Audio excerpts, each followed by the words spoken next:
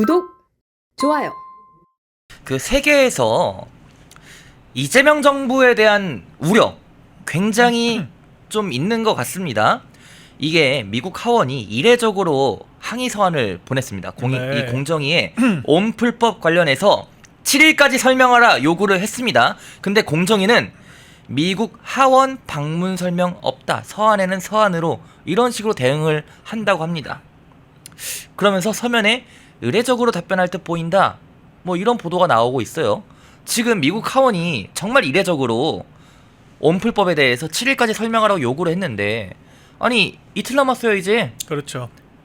이 상황 좀 어떻게 보십니까? 현재 상황에 대해서. 미국 하원이 얘기를 했다라고 하는 것은 이것이 나름 기속력이 있다라고 저는 생각을 하거든요. 네. 왜냐하면 이런 것들에 대한 제대로 된 응대가 되지 않았을 때 미국 내에서 우리나라에 불리한 조치들을 할 여지가 충분히 있기 때문에 또한 지금 하원은 공화당이 우세잖아요.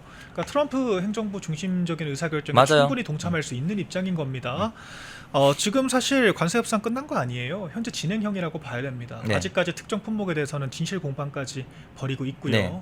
그러니까 제가 참 참담한 것은 저는 이렇게까지 미국이라고 하는 우리나라의 전통 우방국, 동맹국으로부터 우리 정권이 무시당한다라고 하는 것을 처음 봤습니다. 그러니까 이거는 우려를 넘어서 무시인가요? 이재명 대통령과 상견례가 지금 2달 넘게 성사가 되지 아직도 않고 있고요. 이제야 하겠다라고 하고 있고요. 그리고 지금 관세 협상 과정에서도 되짚어보면 얼마나 굴욕적인 장면들이 있었습니까? 우리 그 산자부 장관이 김인덕 장관이 미국의 상무장관을 만나기 위해서 스코틀랜드까지 따라왔다. 맞아요. 이렇게 표현을 했잖아요. 그러니까 내 꽁무니를 쫓아다니고 있다. 이렇게 비하를 한 거예요. 그리고 구윤철 경제부총리도 공항에서 입국 컷을 당하지 않았습니까? 올 필요 없다. 그리고 나서 싱가포르 부총리를 만났어요. 네. 이런 상황이 있었고 또 우리 그 위성락 안보실장 미국에 2차례나 갔지만 국무부 장관 만나지도 못했습니다. 이런 굴욕적인 상황이 저는 너무 놀랍거든요. 그러니까 미국이 뭐 미국을 이런 것들은 미국이 무례한 거다라고 이제 민주당은 주장을 하는데 우리나라한테만 그러면 우리나라의 문제 아닌가요? 제가 봤을 때는 정확히는 우리 정권의 문제 아닌가요? 그러니까 베트남 같은 우리나라보다 더 약소국들도 미국과 훨씬 더 유리한 조건에서 존중받으면서 협상했습니다. 그런데 왜 우리 정권만 이런 대우를 받느냐? 친중세를 내고 있다라고 밖에 볼 수가 없죠. 미국이 우리나라 정권의 어떤 이념 방향성과 정책들에 대해서 불만을 가지고 있다라고 밖에 볼 수가 없는 사인이라는 거죠. 그러니까 온풀법도 마찬가지예요. 결과적으로 이것이 온풀법이 문재인 정권 때부터 추진을 했었거든요. 왜 좌초가 됐었냐면 규제하는 기업들의 수가 너무 많습니다. 200여 개 정도 기업들이 포함이 되는데 그렇게 돼버리면 오히려 이 군소 플랫폼 기업들을 보호하겠다라고 취지는 그렇게 좋게 만들고 있지만 근데 그 200명이 있으면은 1, 2, 3등, 200등 있을 때 누가 더 이런 규제 법안에 버틸 힘이 있겠습니까? 아니 그 밑에 있는 기업들은 버틸 힘이 없죠. 없죠. 1, 2, 3등 그러니까 최선두 그룹들만 이 규제를 버틸 힘이 있는 것이고 이 규제가 규제 대상 범위엔 들어가지만 규제를 버틸 힘이 없는 유니콘 기업들은 오히려 도태가 됩니다. 그렇죠. 그러면은 시장 독점이 더 강화돼요. 그러니까 법의 취지와 전혀 맞지 않는 결과가 도래하는 것이고 그리고 지금 미국이 항의하는 이유는 온풀법의 적용 대상 중에 미국 기업들도 많이 포진되어 있기 때문입니다. 그렇기 때문에 이 규제가 미국에게 불리할 수 있다라고 우려사항을 또 제기를 하는 것이고요. 그러니까 그런 상황에서 우리 정부가 명확한 입장을 제시하지 못하고 있다라는 거예요. 그러니까 이것도 사실 미국과 전혀 유기적인 경제, 외교, 안보상의 협력이 되지 않고 있다라고 하는 하나의 사인이라고 볼 수 있겠고요. 그러니까 이런 지점들에 대해서 참 이 정권이 앞으로 외교를 어떻게 끌고 갈 수 있을까 우려가 되는 바입니다. 자, 근데 결국에는 한미 정상회담이 중요한 것 같습니다. 자막 10번째고요. 근데 이 대통령실 입장 뭐 나온 거 있습니까? 구체적으로 언제 한다. 그리고 만나서 뭘 할 것이다. 적어도 플랜이라던가 이런 거 뚜렷하게 본인들이 가지고 있어야 되는 거 아니에요? 그렇죠. 당연히 가시화가 되어야 되고 사실 저는 이거는 조공에 가까운 사실 저는 그런 협상을 했다라고 생각을 하거든요. 왜 조공이라고 표현하냐면 투자가 뭡니까? 돈을 썼으면 돌려받는 게 있어야 투자예요. 리턴이 있어야죠. 그렇죠. 근데 90%가 미국에 잔류를 하게 된다. 뭐 재투자라고 포장은 하고 있습니다만 결론적으로 우리나라가 갖지 못하는 돈이라고 하는 거는 맞거든요. 그럼 이거는 조공인 거죠. 근데 더군다나 우리나라가 일본은 GDP 대비 13% 정도를 투자하겠다라고 했어요. EU는 GDP 대비 8%입니다. 우리나라는 GDP 대비 20%가 넘는 액수입니다. 가장 많은 돈을 갖다 주고 온 거예요. 그런데 그 자리에서 명확하게 언제 어떻게 만나자라고 그 의제조차 설정을 못 합니까? 명확하게 했어야죠. 왜냐하면 트럼프 대통령이 바로 다음날 한국 대통령과 언제 조우를 할 계획이시냐라고 하는 질문에 한국과는 좋은 협력 관계를 유지하고 있다. 이렇게 답변을 했습니다. 답변을 피했네요. 피했죠. 언제 만나겠다라고 얘기를 안 했어요. 그러니까 이런 것만 보더라도 이 정권의 외교안보 라인이 얼마나 참 미진하게 이런 협상들을 하고 그럼 있는지를 또 한미 정상회담이 불발될 수 있는 거예요? 모종의 이유로 또 그렇게 될 수가 있죠. 아니 트럼프 대통령이 애초에 G7 때 정상회의를 하기로 했는데 이란 전쟁 때문에 바로 가버리지 않았습니까? 그러니까 이란 전쟁 때문이라고 하는 좋은 명분이 있었지만 어쨌거나 파토가 난 거예요. 명분은 또 만들면 되는 거고. 그렇죠. 그러니까 이게 확신할 수가 없다라고 하는 게 문제인 것이고요. 예. 성사가 되더라도 쉽지 않습니다. 왜냐하면 지금 안보 관련돼서도 우리나라에 많은 요구사항들을 하고 있다라는 겁니다. 그럼 이런 것들을 우리가 유기적으로 관리를 해야 되는데 지금 민주당의 스탠스를 보면 굉장히 우려스러운 부분들이 많죠. 대북 그 방송 중단됐죠. 그렇죠. 이게 시간 순으로 보자면은 집권하자마자 통일부가 탈북민 단체들한테 대북 전단 뿌리지 말아달라고 공문을 보냈습니다. 요청을 했어요. 그리고 두 번째로 그렇게도 이제 북한이 반응이 없으니까 뭘 했느냐? 국정원에서 대북 방송 송출을 중단했습니다. 50년 동안 이어져 온 방송을 5년짜리 임기 정권이 중단시켰어요. 일방적으로. 예.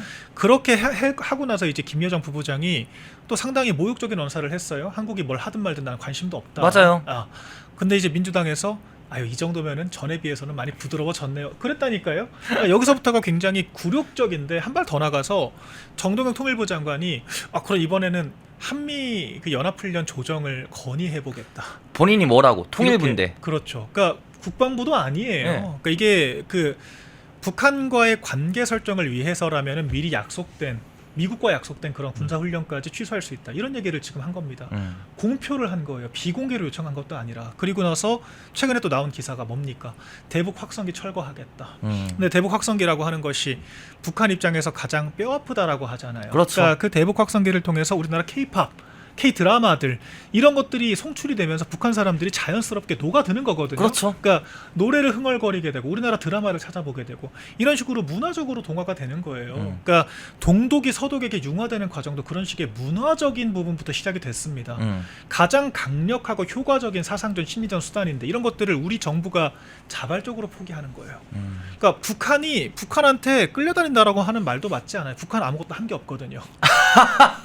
북한은 오히려 우리가 그냥 우리가 바닥 긴 거예요, 그냥. 끌려다녔다라고 하는 말이 성립하려면 북한이 이거 안 해주면 우리 대화 못한다 이런 얘기 이런 식의 그렇죠. 뭔가 제스처라도 있어야 이게 끌려다닌다라고 하는 표현이 맞는 건데 북한은 관심도 없어요. 그런데 우리나라가 그냥 혼자 짝사랑 그냥 러브레터 보내는 거예요. 너무 부끄럽습니다. 그러니까 김여정 부부장에 대해서 이 정도면 많이 순화했다? 어떻게 그런 표현이 가능합니까? 그리고 북한이 사실상 우리 핵 보유국이라고 공표를 했는데 미국이 바로 반박을 하잖아요.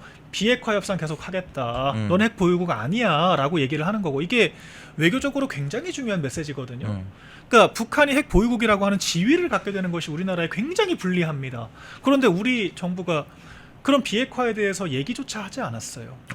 굉장히 굴욕적이고 굴종적인 지금 외교를 하고 있다라고 하는 거고 결과적으로 문재인 정권 때처럼 평화쇼 한번 해서 또 지지를 끌어올려 보겠다라고 하는 그런 움직임으로밖에 읽히지가 않죠. 결과적으로 우리나라가 북한에 대응할 수 있는 모든 수단을 포기하고 있기 때문에 미국 입장에서는 우리나라 정권이 지금 정상적인 안보 전략을 펼치고 있다라고 보겠습니까? 당연히 그렇게 보지 않겠죠. 미국 입장에서도. 우리나라 그리고 전작권 환수하겠다라고 얘기하잖아요. 당당하게. 무슨 카드인 것처럼. 그렇죠. 그러니까 많은 우리 야당을 비롯한 이 시민사회 언론들의 비판을 받으니까 그때 가서야 아차 싶었는지 꼭 임기 안에 하겠다는 건 아닙니다라고 철회를 하긴 했지만 여전히 이게 남아있어요. 여진이. 전작권 환수를 하면 전작권이 우리나라에게 불리한 협약이 아니지 않습니까? 우리나라가 미국에게 전작권을 이양을 했기 때문에 미국이 우리나라에서 발생하는 이런 북한의 도발 행위들에 대해서 더 적극적으로 개입할 책임이 생기는 것이고요. 미국이 전작권을 가짐으로 인해서 우리나라에 제공하는 정보 전략 자산만 21조 원이 넘습니다. 21조 원. 21조 원이 넘습니다. 그러니까 우리가 근데 매년 방위비로 1조 3천억 원 정도를 지출을 하고 있거든요. 우리가 남는 장사예요. 미국에 굴종하는 게 아니라 미국을 이용하는 겁니다. 정확히는 활용하는 거예요. 미국은 세계 경찰로서의 지위를 누리는 것이고요. 이런 서로가 윈윈하는 좋은 협약과 이런 안보 전략들이 있는데 왜 이런 것들을 자기 스스로 패대기치려고 하냐. 굉장히 이건 문제가 있는 문제적인 발상이라고 하는 겁니다. 자, 이런 가운데 민주당의 당대표가 이제 정청래가 되지 않았습니까? 그렇죠. 정청래 당대표 체제의 민주당은 좀 어떻게 보십니까? 저 입장에서는 호재라고 생각합니다. 네. 그러니까 지금도 벌써부터 흥미로운 사건들이 많잖아요. 취임하자마자 처음 했던 것이 강선우 후보자에게 위로 문자 예. 전화를 했다. 뭐 울타리가 되겠다 이러지 않았어요? 맞습니다. 무슨 울타리가 돼요? 근데 이게 참 흥미로운 것이 강선우 후보자는 보도에 따르면은 그 성남 라인의 가장 실세라고 할 수 있는 그 김현지 예. 총무비서관이 이재명 대통령의 의중 자진 사퇴를 하라고 직접 전화했다라고 보도가 됐어요. 그럼 이거는 이재명 대통령한테 반기를 든 거거든요. 그러니까 대통령이 자진 사퇴하라고 하는 의사를 전달을 했는데 예. 여당 대표가 강선우를 품겠다라고 하는 것 이거 이미 분열이 시작된 겁니다. 그리고 김어준 씨도 그렇게 얘기했어요. 강선우 문제 없다. 강선우를 왜 잘라내느냐 비판을 했어요. 그러니까 지금 당권과 대권의 역학관계가 당을 중심으로 재편되고 있고 벌써부터 이재명 대통령이 핫바지가 되고 있다. 힘을 잃어가고 있는 거예요, 당내에서? 지금까지 흐름으로 보면 그렇죠. 당원들도 그런 정청래와 김어준, 강선우를 감싼 발언이 맞다라고 지금 판단을 한 거 아닙니까? 그렇기 때문에 정청래는 강선우 나가라는 측이었고 박찬대는 품겠다는 측이었는데 네. 강성 당원들의 표심이 오히려 이 사건이 있은 이후에 더 정청래로 기울었어요. 맞아요. 이것만 보더라도 이 민주당의 당심이라고 하는 것은 이재명 대통령과도 지금 괴리가 있고 오히려 김어준과 정청래를 따라가고 있다. 이렇게 보여지죠. 이것부터가 균열의 씨앗인 것이고 또 정청래가 거기서 끝난 게 아니라 또 바로 또 다른 페이스북 그 게시글을 올렸는데 뭐 공유했다가 삭제하지 않았어요? 그겁니다. 박찬대 후보자를 맹렬하게 비판하는 거의 뭐 A4 3페이지 분량의 그 게시글이었어요. 공유를 하면서 코멘트를 한 줄 했습니다. 본인 코멘트예요. 정치인의 자기 객관화는 어렵다. 그러니까 이것은 누가 봐도 박찬대 의미심장하네요. 후보자를 저격했다라고 읽히는 것이고 본인도 그런 비판을 의식을 했는지 네. 삭제를 하긴 했습니다. 그런데 이것이 갈등의 씨앗이라고 하는 것은 우리 모두가 알고 있죠. 글을 지운다고 해서 그 글을 썼다는 거를 많은 국민들이 보지 않았습니까? 보도도 나왔습니다. 네. 우리가 뻔히 박찬대 후보자가 명심을 안고 있었다라고 하는 거를 알고 있고 그 강선우 후보자 사퇴 관련해서도 이 명심 어필을 하기 위한 전략이었다라고 하는 것을 알고 있는데 네. 그것을 정청래가 모를까요? 알면서도 박찬대 후보자에게 주제 파악도 못한다라고 일침을 날렸다라고 하는 것 이것은 사실상 대통령에게 반기를 들었다라고 해도 과언이 아닌 것이고 벌써부터 당에서 지금 개혁 과제를 3개월 안에 전광석화처럼 추진하겠다고 그렇죠. 하는데 정권은 절대로 이 속도를 따라갈 수 없습니다. 맞아요. 그러면은 강성 당원들은 이재명 대통령 되더니만 왜 이렇게 미온적이고 하는 게 없지? 왜 이렇게 하는 게 없어? 답답하다. 이런 얘기가 나온다는 거죠. 정청래는 시원시원한데 네. 대통령실이 못 받쳐준다. 이렇게 될 수가 있어요. 그러면서 이게 당 지지율과 대통령 지지율이 역전되는 것이고 그렇게 되면 이제 민주당이 수렁에 빠지는 거죠. 저희 이제 슬슬 마무리하기 전에 광고 하나 진행하도록 하겠습니다. 이번에는 저희 새로운 제품을 소개해드릴 것 같은데요. 같이 보시죠. 저분자 콜라겐입니다. 여러분들 이 피부 굉장히 요즘 중요하다고도 많은 방송에서 다뤄지고 있는데 초저분자 피부 속까지 촘촘하게라는 카피라이트에 여러분들 관심 가져주시면 좋을 것 같고 굉장히 저렴합니다. 페란마이크 특가로 구매하시면요. 이 광동 제약 제품인데 콜라겐 한 박스에 13,000원, 저분자 콜라겐 3박스에 30,000원에 구매가 가능하십니다. 오직 펜앤마이크 특가로만 구매하실 때 이 가격에 구매가 가능하시고 구매하실 때도 정말 간편하게 우측 카드에 나와 있는 1661-6915 문의전화 1661-6915 전화 주시면 간편하게 구매, 문의 및 상담 가능하시니까 많은 관심 부탁드리도록 하겠습니다. 자, 이제 그리고 국민의힘도 전당대회가 슬슬 그렇죠. 내일 컷오프 나오나요? 맞습니다. 오늘 내일 여론조사와 당원들의 그 표를 받고요. 네. 5대5로 결정이 됩니다. 그렇죠. 내일 아마 당대표는 한 명이 컷오프가 돼서 4명 체제로 경선을 마무리를 할 것이고 최고위원은 8명까지 네. 뽑히는 것으로 알고 있습니다. 네. 그래서 많이들 참여를 해주시기를 바라겠습니다. 이 전당대회 관련해서도 많은 관심을 이제 슬슬 가지실 것 같은데 저희 시청자 여러분들이요. 그렇죠. 관련해서 마무리 코멘트도 좀 부탁드릴게요. 사실 제가 지금 대변인이면은 심판 역할이라서 뭐 후보자들 개개인에 그렇죠. 대해서 그런 건, 품평을 예. 하기는 예. 어렵습니다만 저는 제가 이거 몇 차례 말씀드린 내용이기도 해요. 우리 당의 의사결정 방식이 정말 대학 동아리만도 못하다. 지금 네, 이런 아쉬움이 있습니다. 그러니까 현 지도부가 그렇다라는 것이 아니라 이 당의 시스템 자체가 망가진 지가 오래됐어요. 제가 몇 개 예를 들어드리면 혁신위원장으로 지명이 된 사람이 30분 만에 기자회견을 통해서 박차고 나와서 당대표 출마 선언을 하고 심지어는 혁신위원들과 협의되지도 않은 얘기를 그 차기 혁신위원장은 자기 방송에서 얘기한 주장을 의원총회에 들고 나와서 얘기를 하고 우리가 이런 펜앤드마이크 같은 회사가 아니라 정말 동아리만 되더라도 팀원들끼리 의견을 모아서 의결을 하면 그 의결된 거를 또 다시 이 지도부가 의결하고 이런 식의 절차가 있지 않나요? 네. 당연한 겁니다. 그래야 이 절차에 대한 잡음이 없는 것이고 그래야 규칙이 바로 서는 거예요. 그런데 대한민국의 집권을 수차례 했던 공당이 이런 식의 혁신이 아마추어식의 운영을 한다라는 것도 저는 납득이 되지가 않고요. 또 공천이라는 것도 지난 총선 공천 얼마나 허접했습니까? 정말 듣보잡 공천이었어요. 많은 비판을 받았죠. 당에 무슨 기여를 했고 당과 무슨 이념 기치를 공유를 하고 당에 어떤 역할을 할 수 있는지 전혀 검증되지 않은 사람들 뭐 국민추천제니 비례대표니 온갖 할당제 명목으로 다 들어왔거든요. 그 사람들이 오히려 완장차고 더 설치고 다닙니다. 민주당으로 간 사람도 있잖아요. 그렇죠. 해당 행위를 노골적으로 하는데 징계도 안 해요. 그러니까 절차도 없고 상벌 체계도 없고. 근데 징계는 왜 안 하는 거예요? 제 말이 그 말입니다. 그러니까 이게 뭐 통합이라는 게 말이 좋아 통합이죠. 무슨 통합을 더 합니까? 이 이상 통합하는 정당이 어디 있습니까? 우리 양양자 의원 같은 사람들도 그 대선 하루 전날에 바로 입당시켜서 출마도 시키자. 이 이상의 무슨 통합을 더 합니까? 벌 줄 사람들은 벌을 줘야죠. 그러니까 당에 여러 가지 다른 생각들이 있을 수 있습니다. 그런데 적어도 당이 잘 되어야 하고 우리가 선거를 이겨야 한다라고 하는 이 대명제, 정당의 존재 이유가 뭡니까? 선거 이기기 위해서 존재하는 거예요. 정권을 창출하기 위해 있는 겁니다. 이 대명제로부터 벗어나서 정말 악의적으로 당을 음해하고 자해하는 사람들은 징계를 해야 되지 않겠습니까? 그런데 김문수 후보 때 누가 후보인지 분간 안 될 정도의 막장 캠페인을 벌인 사람들, 오히려 후보를 비방하기까지 한 사람들 지금 버젓이 방송 나가서 출연하고 있어요.